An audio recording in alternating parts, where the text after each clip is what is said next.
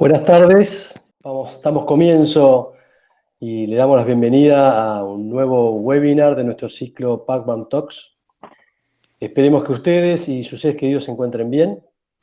Como saben, hoy nos enfocaremos en la incidencia que la normativa dictada como consecuencia del COVID en Argentina ha tenido en temas de competencia, consumidor, ley de abastecimiento.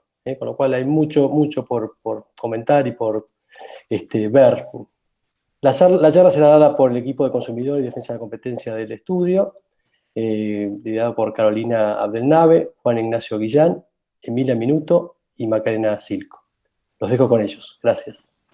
Bueno, ¿de qué es el tópico de esta charla? Justamente, como dice el nombre, vamos a analizar el status quo, esto es, la situación actual, así como las proyecciones que nosotros vemos que va a ocurrir en estos regímenes, que son el régimen de lealtad comercial, con la ley de abastecimiento, defensa del consumidor y defensa de la competencia. ¿Por qué nosotros lo vemos todo esto junto? Porque entendemos que todos estos regímenes, si bien tienen sus particularidades, también es cierto que lo que ocurre en un régimen tiene un impacto directo en el otro. Y por eso es que nosotros también como estudio, al momento de analizar alguna consulta, vemos todo esto todo armónico. Particularmente, por ejemplo, incluso si vemos la ley de abastecimiento, que el estudio considera, con fuertes argumentos jurídicos, que se encuentra suspendida. Esto, en tanto, a fin de reactivar una ley de abastecimiento, se requiere la declaración de un desabastecimiento, justamente, que eso no existió. Lo que tenemos es una declaración de emergencia sanitaria que no es lo mismo. Pero bueno, ahora le dejo la palabra a Juan Ignacio Guillán, que va a empezar a ver qué es todo esto de los precios máximos que justamente se fundamentarían en lo que es el régimen de lealtad comercial y ley de abastecimiento. Bueno, muchas gracias, Carolina. Buenas tardes a todos. Vamos a hablar, como decía Carolina, sobre la ley de abastecimiento principalmente, que, bueno, en marco de la emergencia sanitaria que está establecida con motivo de la pandemia por coronavirus, el Poder Ejecutivo Nacional y ciertas autoridades provinciales han regulado tanto los precios y la producción de distintos bienes considerados esenciales. Todo ello argumentado que son facultades otorgadas por la ley de abastecimiento. Ya como dijo Carolina, y es criterio del estudio, cuestionamos su constitucionalidad y no convalidamos su vigencia, pues entendemos que el Poder Ejecutivo no tiene expresamente las facultades, tanto para facultar los precios ni fijar congelamientos. En ese sentido, el control de precios durante la pandemia alcanzaron a dos grandes grupos de productos. Los primeros son los insumos sanitarios críticos, como ser el alcohol y gel, los ventiladores mecánicos, los termómetros, barbijos, medicamentos, etc.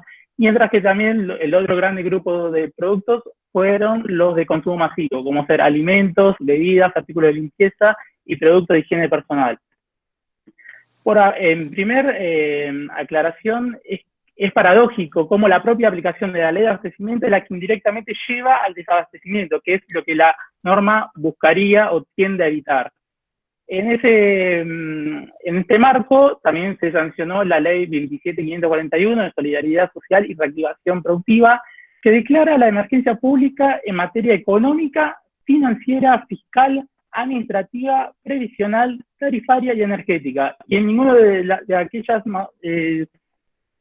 situaciones se menciona el abastecimiento, que justamente en base al artículo 76 de la Constitución, el poder delega determinadas facultades estableciendo bases y plazos, que son los que luego con la sanción de determinadas resoluciones que a futuro se sancionaron, van a dar un marco legal de lo que tenemos hoy actualmente.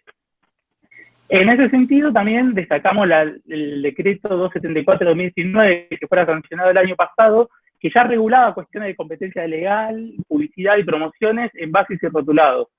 Y justamente también prevé sanciones por su incumplimiento, medidas en unidades móviles, y que luego al final lo vamos a analizar también. Y acá ya surge una primera consulta acerca de sobre si es constitucional que una resolución imponga tipos penales que sean sancionadas tanto por un DNU, el de la lealtad comercial, como por la ley de abastecimiento.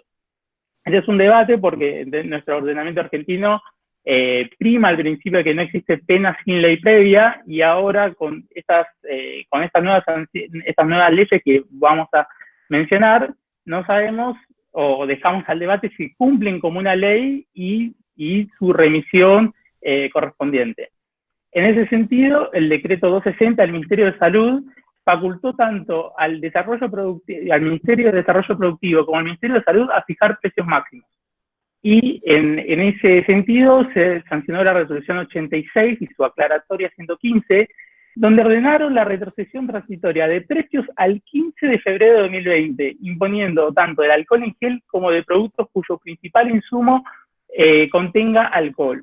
Entonces, ya de acá vemos cómo es voluntad del legislador del Ejecutivo de poner topes máximos sobre determinados precios que se van a ver en determinada serie de productos, tanto de consumo masivo como de la farmacia. En ese sentido, también la resolución 695 prohibió a los fabricantes, distribuidores y comercializadores a comercializar ventiladores mecánicos invasivos, sin previa autorización del Ministerio de Salud. Eso fue una de las primeras normas que salieron al respecto.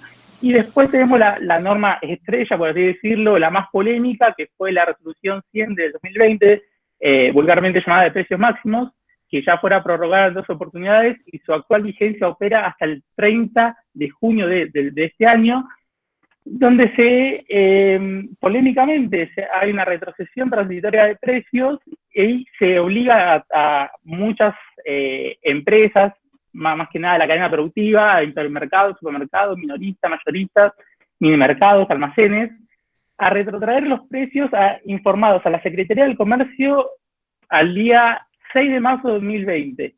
Ya de por sí ahí tenemos un problema, que es que el día 6 de marzo justo fue un día viernes, donde generalmente los supermercados ofrecen determinados descuentos, entonces ya el precio de por sí ofertado era menor al de lista, por así decirlo. Entonces tenemos una gran dificultad que hasta hoy en día y hasta el 30 de junio van a estar esos precios, lo cual genera un gran perjuicio para las empresas.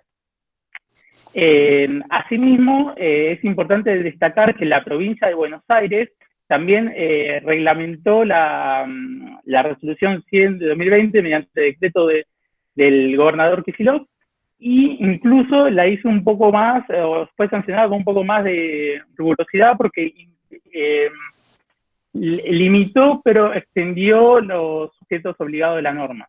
En ese sentido, el estudio ya ha elaborado diferentes alternativas sobre también la constitucionalidad sobre esta normativa.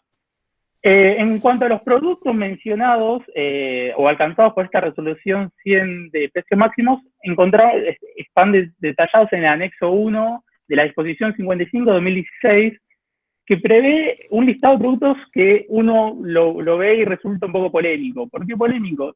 Porque encontramos precios sujetos como whiskies, cervezas, gaseosas sin alcohol, alimentos para perros, para gatos, muchos productos, golosinas, chocolates, muchos productos que a priori uno se preguntaría, ¿es esto necesario controlar? ¿No debería haber sido un poco más restrictivo y mencionar a la canasta básica? Por ejemplo, esa es la solución que adoptaron otros países, como ser Venezuela, Colombia, Bolivia, de adoptar solamente determinados productos a un precio máximo, pero sin topes excesivos como nos pasó en la legislación argentina. Por otro lado, en Uruguay no existe ningún tipo de precios máximos ni normativa vigente, y en el derecho comparado también podemos mencionar el ejemplo de Italia y España, que solamente han limitado los precios máximos para el barbijo sanitario a €1 cada uno, y en Chile a $30 el test de COVID para analizar si la persona tiene o no anticuerpos. En relación a la resolución 100 de 2020, también es importante aclarar que intima a todos los sujetos obligados a aumentar la producción hasta el máximo de su capacidad instalada y arbitrar las medidas conducentes para asegurar su transporte y provisión, y contar con su debida atención y publicación del listado de precios. Todas estas normas fueron complementadas con disposiciones accesorias sobre la información de esos precios. Por ejemplo, se obliga a todas las empresas a informar en el SEPA, que es el Sistema Electrónico de Publicidad de los Precios Argentinos, toda esta gama de productos por rubros, categorías, subcategorías, y también la obligación de publicarlos en la página de precio máximo del Estado. acá destacamos digamos, el deber de información que exige la normativa argentina. Luego también, en orden cronológico, fue sancionada la resolución 103 de 2020, que es el régimen informativo de la carne, que lo desarrollará más adelante Carolina del Nave, pero que básicamente limita a las comercializadoras de ganado bovino en cuanto al deber de información de la cantidad diaria de los kilos de media res. Asimismo, destacamos la decisión 472, que a raíz de los sobreprecios en la compra de alimentos del Ministerio de Desarrollo Social, se han establecido diferentes topes para cuestionar en cuanto al régimen para la compra por parte de proveedores del Estado a los precios máximos. En una situación parecida, en Bolivia, se detuvo al ministro de Salud por una cuestión similar a lo sucedido en Argentina. También es importante aclarar que con la resolución 118 se excluyó del listado que mencionamos hace segundos a tanto frutas y verduras del listado que estaba en el anexo 1 de la disposición de 2016. También en cuanto a los precios, destacamos que el decreto 311 prevé por parte de la ANACOM la suspensión en los aumentos de la telefonía celular, fija, internet y TV por cable hasta el 31 de agosto. Eso entendemos que está limitado a un acto del príncipe, que justamente en este caso es un decreto de necesidad y urgencia adoptado por la Nación. En un momento se incluía también al gas, pero luego, mediante el decreto 488, vulgarmente llamado de barril criollo, se prevé precios máximos para la venta de garrafas, del famoso programa Hogar, y que faculta también a los intendentes al control de precios. También, bueno, el decreto habla sobre otras cuestiones que fueron desarrolladas por Francisco Romano, que es el socio del estudio en el área de energía, al cual lo pueden visualizar en la página web del estudio. Y vinculado a esto, sobre el control de los intendentes sobre los precios máximos en cuanto a la garrafa también, tenemos que mencionar el decreto presidencial 351 de 2020, en donde se convoca tanto a los intendentes, gobernadores y al jefe de gobierno de Cava, concurrentemente con la Nación, a fiscalizar y controlar el cumplimiento de las disposiciones establecidas en la resolución 100 de precios máximos y en la ley de abastecimientos. Y acá ya nos surge un problema, porque no es se trata tan solo de un decreto de reglamento autónomo ejecutivo y no delegado ni de necesidad ni urgencia. Entonces, también cuestionamos la legalidad que tiene este decreto y, bueno, también se prevé el juzgamiento de las infracciones por parte de la Secretaría de Comercio Interior. Y, bueno, y acá surgen determinadas preguntas, como ver si es constitucional, igual que la aplicación de sanciones, porque justamente la ley de abastecimiento es una norma federal que delega facultades legislativas propias del Congreso Nacional en el Poder Ejecutivo y en los gobernadores provinciales y en el jefe de gobierno de Cava, debido a su carácter justamente de agentes naturales del gobierno federal. Y ese carácter de ley y de tales agentes consideramos que no se puede transferir a los municipios. Además, también es un poco polémico la sanción de clausura, porque entendemos que deben ser efectuadas por vía judicial y no por vía administrativa. Asimismo, nos surge otra consulta, si los municipios se encuentran capacitados para efectuar inspecciones y aplicar las exorbitantes multas que prevén tanto la ley de abastecimiento como el decreto de lealtad comercial. Porque entendemos, y ya la experiencia nos dictó, en el estudio hemos analizado casos donde las inspecciones son realizadas en municipios de pocos habitantes por los inspectores de tránsito. Inclusive no hay ni un procedimiento reglado, ni una forma, no hay absolutamente nada reglado sobre el procedimiento, y queda en libertad de cada uno de los municipios adoptar la forma establecida. Por ejemplo, nos han llegado intimaciones sobre requerimiento de información vía email, sobre los costos, que es algo, como sabrán de las empresas, ultra confidencial, donde se envía una casilla electrónica genérica de un municipio que es no es muy segura y que justamente tenemos nuestras salvedades respecto a esto. Asimismo, este decreto prevé el apoyo e intervención de AFIP y la Secretaría de Comercio Interior para el control y supervisión de precios. Acá en Capital Federal, como también en Provincia de Buenos Aires, el principal problema que surgió fue cuando la de Secretaría de Comercio se pusieron a fiscalizar los precios del alcohol y gel en las farmacias, lo que llevó tanto a que la COFA, que es la Confederación Farmacéutica Argentina, planteara en las apelaciones por las multas impuestas y las clausuras que la autoridad de aplicación no es la Secretaría de Comercio, sino tanto el Ministerio de Salud nacional como provincial respectivamente. Entonces, bueno, acá también hay un juego de autoridad de aplicación que, bueno, vamos a ver cómo zanjará la jurisprudencia y tribunales. Y bueno, y en ese contexto también destacamos dos normas provinciales que fueron sancionadas, que nos resulta interesantes a nivel provincial, que son, por ejemplo, la de Tierra del Fuego, respecto a que los habitantes cuentan con 3 horas para hacer compras en supermercados y almacenes y similar. Y que esto va a estar monitoreado por una aplicación de celular. Esto, bueno, si bien esto es provincial, también se relaciona mucho con la geolocalización mediante la aplicación Cuidar que lanzó el Estado Nacional, y que esto será desarrollado y ya fue motivo de un artículo realizado por el equipo de datos personales y privacy del estudio, que se llevará a cabo el webinar el miércoles 17 de junio, también a las 16 horas.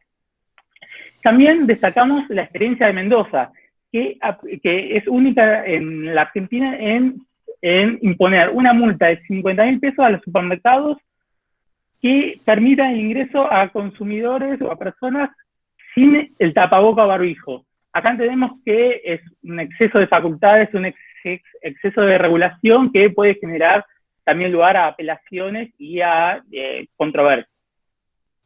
Bueno, ahora vamos a pasar a las sanciones que son previstas tanto por la ley de abastecimiento como por el DNU de la actividad comercial.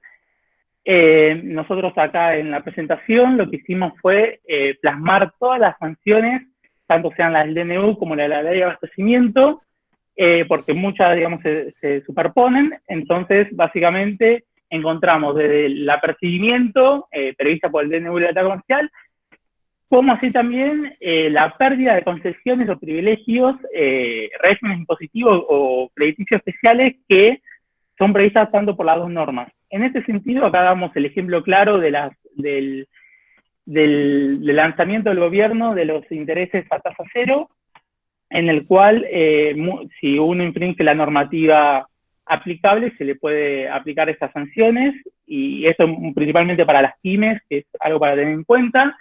Y en cuanto, bueno, a multas, hay un doble régimen, tanto de la ley de abastecimiento, que impone hasta 10.000 millones de pesos, como del decreto de la actividad comercial, que prevé la multa en escalas móviles, que es mucho más alto en cuanto al monto.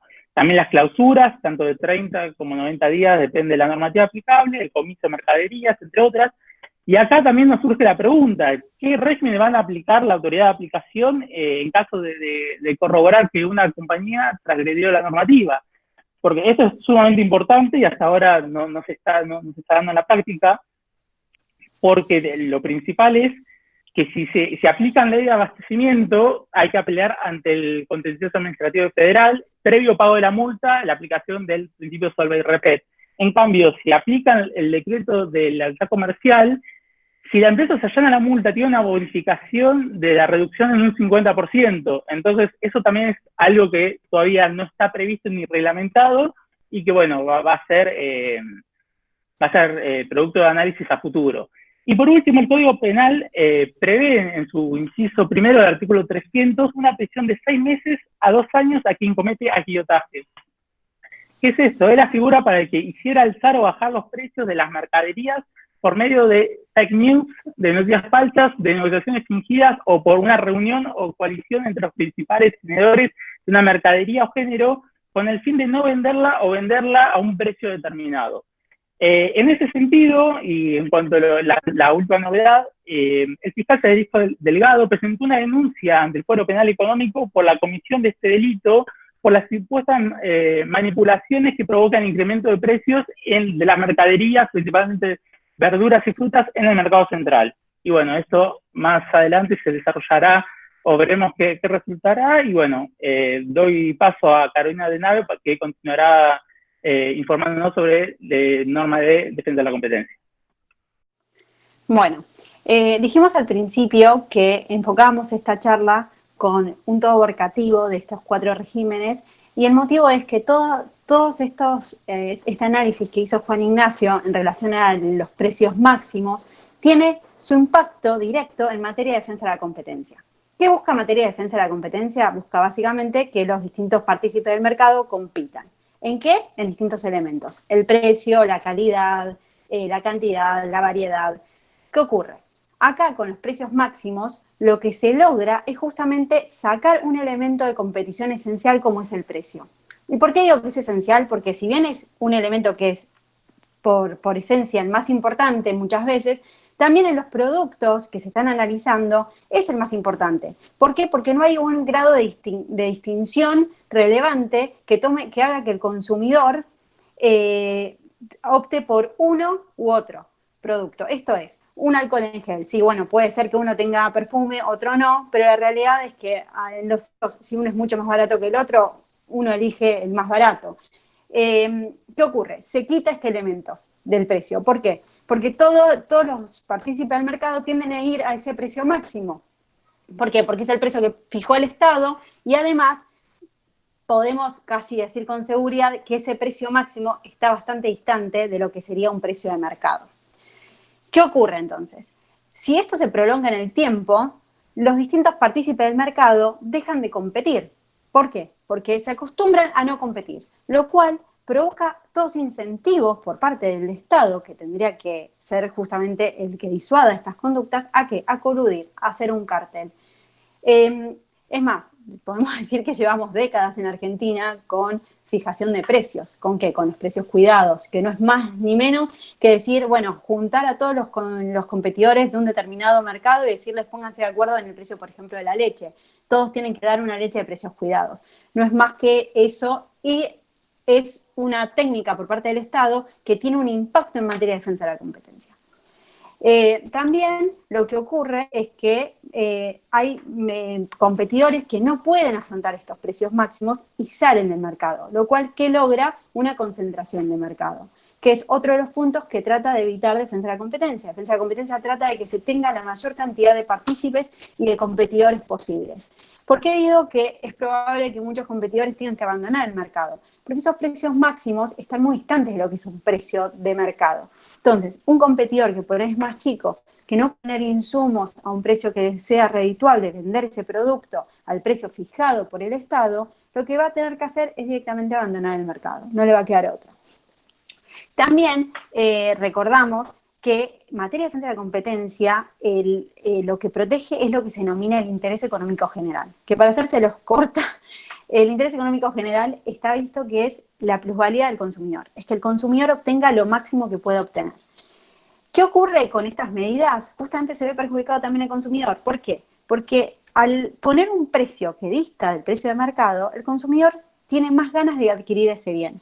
Entonces, como tiene más ganas de adquirir ese bien, se empiezan a fijar límites a la adquisición de ese bien. Así, por ejemplo, volviendo al alcohol en gel, si uno va a una farmacia hoy por hoy, no puede obtener todo el alcohol en gel que quiere. Tiene que obtener uno o no más, o las limitaciones que vaya poniendo el Estado. También provoca otra situación, si se quiere, para decirlo sencilla e injusta, como es el tema de los mercados informales. En Argentina tenemos un montón de mercados informales en casi todos los mercados que uno puede analizar. Así, esos mercados informales, esos jugadores informales, no cumplen esos precios máximos. Entonces, con eso lo que logran básicamente es poder competir de manera desleal. Esto también afecta el otro régimen que también estamos viendo ahora, que es el de lealtad comercial. Entonces es el propio Estado el que incentiva todas estas cosas, provocando lo que justamente busca evitar. Bueno, ¿cuál es la situación actual en materia de defensa de la competencia? La situación actual en materia de defensa de la competencia es que están suspendidos los plazos. ¿Esto qué significa? Que no está suspendido el régimen. El régimen hay que cumplirlo. La norma de defensa de la competencia está vigente. Y esto es algo importante porque no es que uno se tiene que deslindar de estas normas hoy por hoy porque estamos en emergencia, sino que lo que está suspendido son los procedimientos en curso. El hecho de que esté suspendido los procedimientos en curso no significa que la CNC no esté trabajando. Si bien obviamente está trabajando no con la misma intensidad, si uno necesita hacer, ya sea una denuncia o someter a control de una concentración económica, la CNC está recibiendo esas presentaciones vía online. De hecho, el estudio ya realizó varias presentaciones y las recibieron, usaron recibo. ¿Qué más? No es tan fácil hacer estas presentaciones porque si bien en la página de la CNS te dice el mecanismo, hay muchas lagunas que uno tiene que ir preguntando por mail y se ve casi, se diría en caso por caso, cómo hacerlo. ¿Qué vemos nosotros en cuanto a las proyecciones en materia de defensa de la competencia? Las proyecciones que nosotros vemos, ahí está, perfecta, la siguiente filmina. Las proyecciones que vemos es que la resolución 103 del 2020, que es la de la carne vacuna, que es la que ordena a los distintos jugadores de ese mercado que informen el precio de venta, encomendó a la CNS una investigación de mercado en este mercado. ¿Qué pasó? Se hicieron requerimientos de información y por ahora ahí quedó. Por otro lado, si ustedes estuvieran leyendo los diarios, vieron que técnicamente el precio de la carne bajó el último tiempo. Así que en principio no debería presentar preocupación en materia de defensa de la competencia, en tanto el consumidor obtendría esa plusvalía de la cual hablé. Por otro lado, hace 2 años se hizo una investigación de mercado de la carne de vacuna y no presentaron, la resolución fue que no había problema en materia de defensa de la competencia. ¿Qué más vemos? Bueno, hay también una investigación de oxígeno líquido en el cual se hicieron pedidos de información y se limitó, no es que se fijaron precios, pero sí se limitó la posibilidad a Air Liquide de aumentar el precio en una operación en el Chaco. Así que estamos viendo que acá lo que empezaría a ocurrir, que por eso si bien nosotros vemos todos los regímenes como un todo armónico, también es cierto que tienen sus particularidades y no hay que confundir uno con otro. Y muchas veces por parte del Estado se empieza a confundir esto, que es que todo aumento de precios parecería ser que es una conducta anticompetitiva, y esto no es así, para nada. No es que todos los precios llevan ineludiblemente a una conducta anticompetitiva o a un abuso de posición dominante. Esto no es así, y vemos por ahí cierta confusión también del propio Estado, en que si un jugador quiere aumentar un precio, se dice, no, pará, estás haciendo una conducta anticompetitiva. Bueno, ¿qué vemos que va a ocurrir? Justamente tendremos que van a haber muchas denuncias o incluso investigaciones de oficio por abuso de posición dominante. Esto, denuncias, ¿por qué decimos? Y porque los jugadores que se vean a veces forzados a retirarse del mercado van a decir que o un competidor les puso, que es más importante en el mercado, les puso un determinado freno y que por eso se vieron forzados a excluirse del mercado y así ir con una denuncia, o también hacer una denuncia de lo que nosotros denominamos aguas arriba o aguas abajo. Aguas arriba es el proveedor de un determinado producto, le hace una denuncia a su cliente, o aguas abajo es un cliente le hace una denuncia a su proveedor. El ejemplo sería, por ejemplo, la negativa de venta. Un cliente necesita, un determinado productor necesita de un insumo para poder producir y el que está arriba no se lo vende. Al no vendérselo, se ve forzado ineludiblemente a tener que salir del mercado y entonces ahí se le hace una denuncia a aguas arriba. También tengan en cuenta, y por eso también seguimos con esta armonización de los regímenes, que se sancionó el régimen de lealtad comercial, actualmente es mucho más amplio y también comprende lo que es la competencia desleal. Con el decreto, el DNU 274 del 2019, en el cual se pone una serie de figuras, entre ellas lo que sería la dependencia económica. ¿Esto qué es? Si uno tiene una determinada dependencia económica, o sea, una dependencia en un determinado jugador del mercado, ya sea, insisto, aguas arriba o aguas abajo, la realidad es que ya esa persona no puede hacer lo que quiere. Y si llega a hacer lo que quiere, podría llegar a ser denunciado. Tengan en cuenta que estas denuncias ya de por sí generan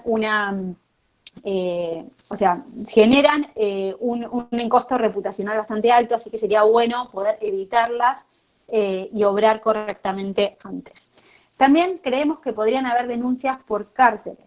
¿Esto por qué? Por lo que un poco dijimos al principio en cuanto a que es el propio Estado el que pone ciertos incentivos hacia una cartelización entre competidores, y también porque en situaciones de crisis es muy común que los competidores traten de hacer frente a una determinada situación del mismo modo. Esto no necesariamente tiene que ser un cártel, para nada. De hecho, existen las cámaras empresariales que aglutinan a distintos jugadores y ponen medidas para hacer frente a determinadas situaciones. A esto les decimos dos cosas. Una es que tengan en cuenta que existen unos lineamientos para las cámaras empresariales y que entonces al momento de ir a una cámara empresarial, sobre todo en esta situación de crisis, cumplan esos lineamientos y hagan que las cámaras cumplan esos lineamientos. Y después también que existe una posibilidad bajo la nueva Ley de Defensa de la Competencia, que es si uno hace un acuerdo con un competidor, lo puede someter a control de la CNS para que le dé el visto bueno. Y si le da el visto bueno, significa que ese acuerdo, en principio, no presentaría preocupaciones. Obviamente después hay que ver cómo se ejecuta, que también no es que hay un safe harbor, pero sí del acuerdo en sí uno se puede quedar tranquilo. Bueno, también entendemos que van a haber muchísimas notificaciones de concentraciones económicas. Recuerden que el régimen de defensa de la competencia se compone tanto de las denuncias o de las investigaciones de oficio en cuanto a conductas anticompetitivas, como el control de concentraciones económicas. Como dijimos, muchos jugadores se van a ver forzados a retirarse del mercado y estos jugadores podrían llegar a ser comprados por los otros jugadores. Esto va a provocar que, si se dan determinadas condiciones que fija la ley, se tenga que someter a control de la CNS. Si se entendemos que entonces el próximo paso va a ser que va a haber un gran aumento de estas concentraciones económicas que se van a notificar. Ante todo esto, tener en cuenta que la Ley de Defensa de Competencia no se vio modificada. Esto es, tenemos la misma Ley de Defensa de Competencia que teníamos antes. ¿Cuál es la diferencia? Vemos una diferencia de análisis fáctico. ¿Qué es esto? Que al momento tanto de analizar una conducta anticompetitiva como al momento de analizar una concentración económica, la realidad es que hay que ver lo que se denomina el mercado relevante. Para hacerse las cortas, nuevamente, el mercado relevante se compone del mercado de producto y del mercado geográfico. El mercado de producto se compone por el producto en sí y todos los sustitutos. Y el mercado geográfico, bueno, es el mercado al cual uno ve, geográficamente, valga la redundancia. Nosotros vemos que entonces esta situación de emergencia modifica esos análisis de mercado que se vinieron haciendo por la CNS. Esto es que, llegado el caso de una denuncia anticompetitiva, sea a una empresa que uno lo quiera hacer o viceversa, que se lo hagan a uno, hay que analizar si los dictámenes ya efectuados en relación a ese mercado relevante por la CNS son realmente procedentes en el caso concreto. ¿Por qué? Porque, por ejemplo, vemos que en situaciones de crisis o de emergencia como la que estamos viviendo, la opción de los consumidores cambia. Entonces, un producto que por ahí antes, en una situación de normalidad, uno no lo tendría como sustituto, ahora sí lo tenés como sustituto. Entonces, el análisis primero de producto se ve modificado porque hay una situación de emergencia, entonces uno opta por otros productos que en principio no optaría. Y la situación geográfica también se ve modificada porque antes, por ejemplo, uno sale y si no encontrás lo que querés en un lugar, por ahí te agarrás el auto y te vas a otro lado. Y todo eso se ve en la conducta del consumidor, en que decís, bueno, entonces el mercado geográfico es así de grande. Hoy por hoy, uno no lo haría, primero por ahí porque muchos se quieren cuidar, y dos porque simplemente el Estado no te permite, no puedes agarrar el auto e ir a buscar el producto que uno quiere. Entonces el mercado geográfico se ve modificado. Y también vemos un jugador o un rubro muy importante que ya viene tomando agilidad hace un tiempo y con esto estalló, como es el e-commerce, el comercio electrónico. Al estallar el comercio electrónico, hoy por hoy el mercado geográfico también se ve modificado, porque yo podría tratar de conseguir el producto que quiero, ya no agarrando el auto, sino por ahí comprándolo a una persona del Chaco o de donde sea, mediante internet.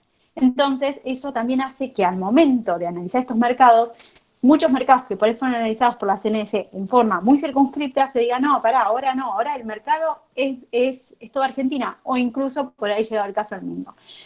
Bueno, también, por último, ya terminó mi parte, tener en cuenta que la CNDC, o sea, con la sanción de la nueva Ley de Defensa de la Competencia, se instauró una nueva autoridad de aplicación. Esta autoridad de aplicación, la idea es que sea independiente, tiene que cumplirse una serie de requisitos, una terna aprobada por el Congreso, etc. Todo esto, había una terna, el anterior gobierno no llegó a aprobarla, y el actual gobierno la había puesto en las sesiones extraordinarias del Congreso y luego la sacó.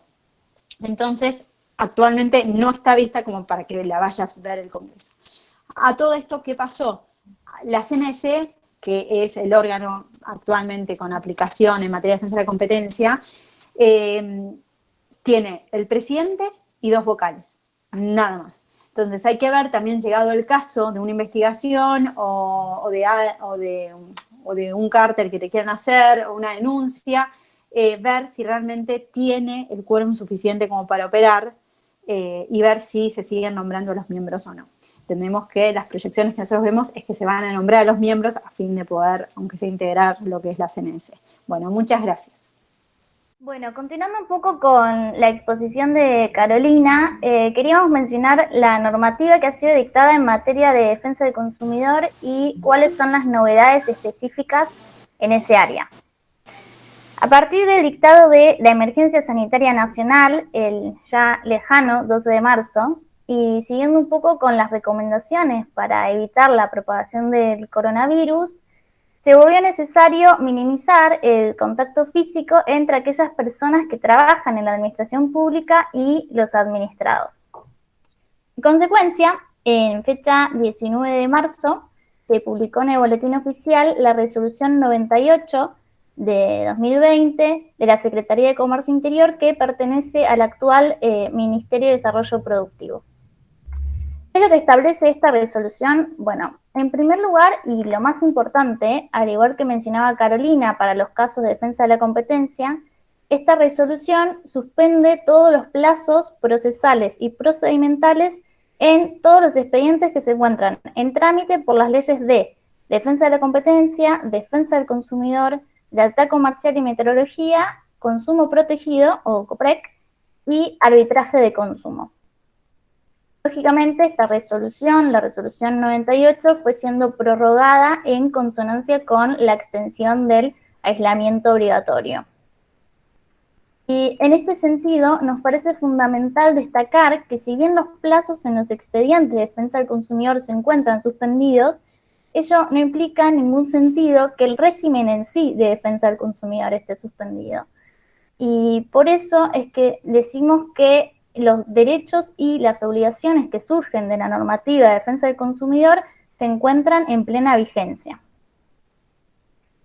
¿Qué pasa con las denuncias durante la cuarentena? Bueno, como ustedes sabrán, en defensa del consumidor, si bien es posible que la autoridad de aplicación inicie una investigación que sea de oficio, lo cierto es que la gran mayoría de los expedientes se inician por reclamos individuales de consumidores. Ahora bien, desde el principio de la cuarentena y también por aplicación de esta resolución 98, no se están tomando ni en COPREC ni en las comunas de Cava denuncias presenciales. Solo se pueden realizar reclamos de manera online en la página de consumo protegido o en la página del gobierno de la ciudad. Lógicamente también las audiencias de conciliación presenciales están suspendidas, pero sin embargo la semana pasada se publicó la resolución 137 de 2020, que también es de la Secretaría de Comercio Interior, que establece un sistema de audiencias de conciliación por medios electrónicos. Este sistema, que ya se encuentra vigente, funciona únicamente en el ámbito de COPREC y en principio va a durar por el tiempo que dure el aislamiento obligatorio. Aunque nosotros sabemos que la intención de la autoridad de aplicación es que si funciona bien en el futuro coexista el sistema de presencial con esta modalidad virtual. La modalidad de audiencia virtual es una opción que es voluntaria para el consumidor, quien, luego de formalizar la denuncia, puede elegir si está dispuesto a realizar una conciliación virtual o también puede preferir una audiencia presencial. En este último caso, claro, va a tener que esperar a que termine el aislamiento y se designe un turno de audiencia presencial. Si el consumidor elige la opción virtual, el proveedor no va a poder negarse a ello. Es un sistema que alcanza a todas las empresas que van a ser notificadas al domicilio electrónico para aquellas que ya lo hayan hecho, Y si no, la resolución lo que establece es que las empresas van a ser notificadas a través de la sede electrónica de la plataforma de trámites a distancia, o sea, la plataforma TADO. Además del domicilio electrónico general, la empresa va a tener que constituir un domicilio electrónico especial para cada denuncia que reciba, para lo cual va a tener que contactarse por mail con el conciliador designado y constituir el domicilio para ese expediente en particular. Es una modalidad que está pensada que sea breve, que dure 15 días como máximo, y las audiencias se pueden realizar por cualquier plataforma que acuerden la conciliadora con las partes. ¿Se pueden celebrar acuerdos por esta modalidad? Sí. La resolución establece la posibilidad de realizar acuerdos conciliatorios, para lo cual el conciliador va a recibir el texto del acuerdo y la aceptación de las partes por escrito en un mail, utilizando obviamente para ello el domicilio electrónico que está constituido en ese expediente, y la resolución lo que establece es que el conciliador dará fe de la identidad de los intervinientes. En caso de llegarse a un acuerdo, el conciliador que interviene va a remitir el acuerdo a la Secretaría de Comercio para su homologación. En caso de cerrarse la instancia virtual sin acuerdo, el proceso continúa conforme a la ley, por lo que existe la posibilidad de que una empresa sea imputada y sancionada si participó también en esta modalidad virtual. Y por último, el tema de las incomparecencias. La resolución lo que establece es que la modalidad virtual solo va a poder ser finalizada por incomparecencia en los casos que se haya constituido el domicilio electrónico. Bueno, muchas gracias por la atención. Lo voy a dejar ahora con Macarena Silco. Buenas tardes a todos. Yo voy a exponer sobre los contratos de consumo celebrados bajo la modalidad de e-commerce. A raíz de la crisis económica desatada por el coronavirus, muchas empresas tradicionales se vieron obligadas a incursionar en lo que es el mercado electrónico para poder sobrevivir. Es importante tener en cuenta que a partir de la entrada en vigencia del decreto 297, que establece la cuarentena obligatoria, por ese decreto esta modalidad no se vio restringida, incluso para aquellos productos no esenciales. Ahora bien, para que una compañía pueda comercializar productos de manera electrónica, debe cumplir con las normas que tiene nuestro ordenamiento jurídico, lo que implica un verdadero desafío para aquellas que recientemente exploran el e-commerce y deben adecuarse. Así, por un lado, podemos encontrar las normas que establece el Código Civil y Comercial de la Nación a partir del artículo 1105, en el que se definen los contratos a distancia y entre los que se consideran aquellos celebrados por medios postales, electrónicos y telecomunicaciones como la radio o la televisión. Si las partes se valen de técnicas de comunicación electrónica o similares para la celebración de un contrato de consumo a distancia, el proveedor debe informar el contenido mínimo del contrato, todos los datos necesarios para utilizar correctamente el medio elegido, para comprender los riesgos derivados de su empleo, incluso tiene que quedar absolutamente claro quién asume los riesgos, y una de las cosas que detalla también el código es que tiene que estar informada la facultad de revocar del consumidor. Esto implica que las partes quedan liberadas de sus obligaciones correspectivas y deben restituirse de manera simultánea y recíproca las prestaciones que se han cumplido. En este sentido, la ley pone a cargo del proveedor determinadas obligaciones que a continuación detallaremos respecto de este derecho. Es importante resaltar que este derecho es irrenunciable. Recordemos que la mayoría de los contratos de consumo se celebran por adhesión, por lo tanto, si este derecho ha sido restringido o anulado, la cláusula se va a tener como no escrita. También impone que la cláusula tiene que estar escrita inmediatamente, en la cláusula anterior a la firma del consumidor, o incluso que debe figurar en todos los documentos que se le proporcione al consumidor, incluso en la etapa de negociaciones, si lo hubiere. Este derecho podrá ser ejercido por el consumidor en el plazo de 10 días corridos a partir de la celebración del contrato o de la entrega del bien, y deberá notificar al proveedor por escrito, por medios electrónicos o incluso mediante la devolución de la cosa.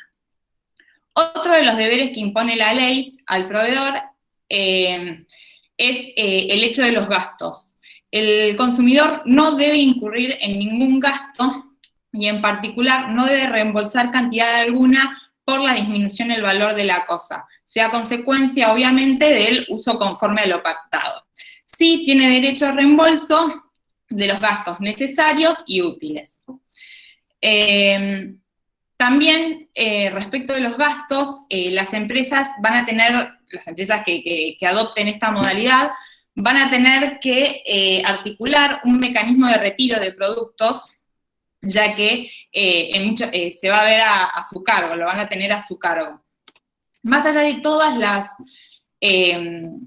estas especificaciones, existen excepciones a la regla, como por ejemplo, este derecho no va a ser utilizado en productos que hayan sido encargados con especificaciones del consumidor, o por ejemplo, en aquellos productos como grabaciones, o ya sea de audio, video, sistemas informáticos que puedan ser descargados de forma inmediata por el consumidor y de uso permanente, y también en el suministro de revistas, publicaciones periódicas o prensa diaria.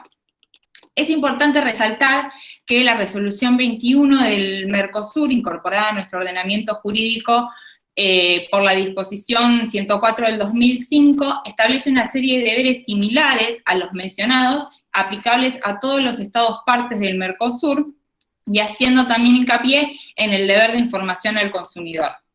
La norma interna dispone que las infracciones serán sancionadas con las sanciones establecidas en la Ley de Defensa del Consumidor 24240, por lo que es importantísimo que las empresas cumplan con todos estos requerimientos. A modo de conclusión y a modo ilustrativo, un estudio realizado recientemente por Kantar Argentina y publicado por varios medios de comunicación a principios de mayo, determinó que 3 de cada 10 compradores realizaron en este tiempo de cuarentena su primera compra electrónica, y el 73% de ese porcentaje lo volvería a hacer. O sea, lo tendría como un medio incluso cuando termine todo este tiempo de cuarentena.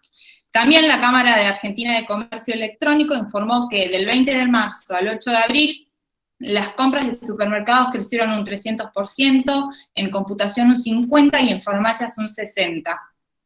Por último, afirma que las ventas online crecieron 17 puntos porcentuales en general, llegando así al 61%.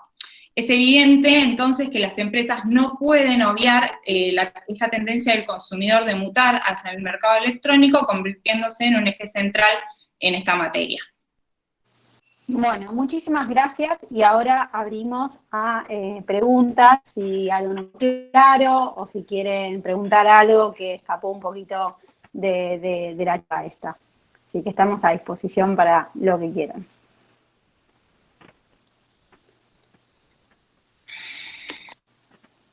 A ver, acá me dice, ¿cómo se puede saber si un precio es abusivo o no?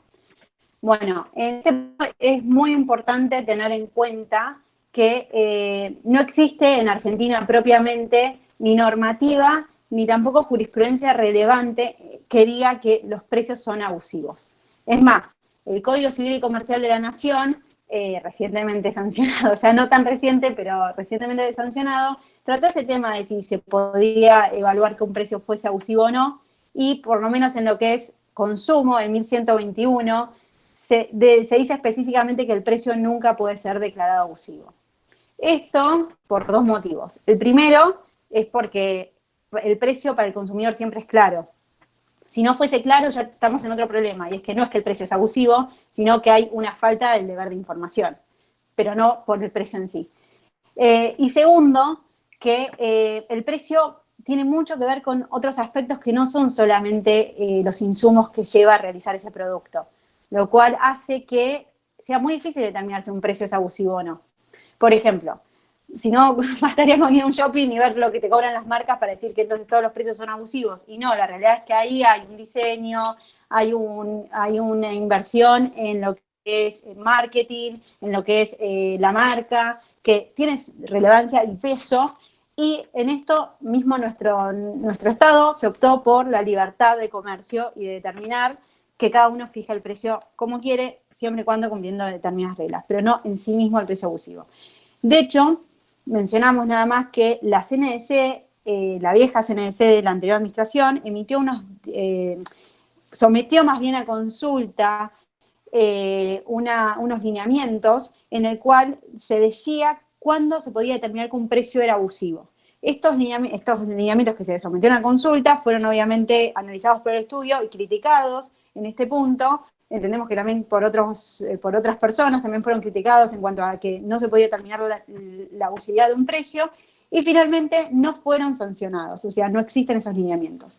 Y la CNDC lo único que emitió, está un fallo de YPF, pero también uno de SADAIC reciente, en el cual se trataba también de una discriminación. Bueno, todos saben lo que es SADAIC, ¿no? Que es el que cobra todo, si uno quiere poner una música o cualquier cosa, cobra, y se cobra una tarifa. Y esa tarifa se consideró abusiva bajo la CNDC. O sea, la CNDC analizó ese mercado y dijo, esta tarifa es abusiva. Pero además es muy complejo el tema porque también lo que decía es que había discriminación de precios en cuanto a que a los hoteles les ponían un precio y a otras personas que pasaban música otro precio, y entonces esa discriminación de precio también hacía la abusividad.